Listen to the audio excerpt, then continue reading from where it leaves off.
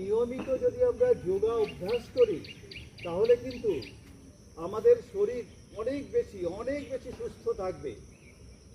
এই ছোট থেকেই যোগা চর্চা করাটা অত্যন্ত জরুরি।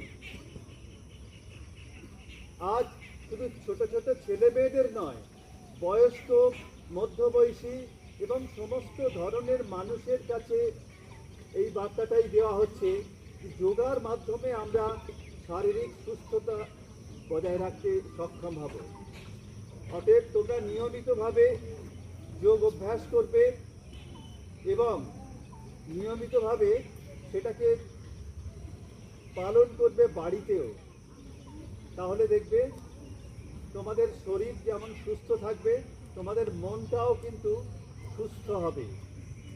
শরীর সুস্থ থাকলে মনটা ভালো হয়, তখন সেই মনটা তোমরা যে কাজে দেবে তাতে সফল হবে।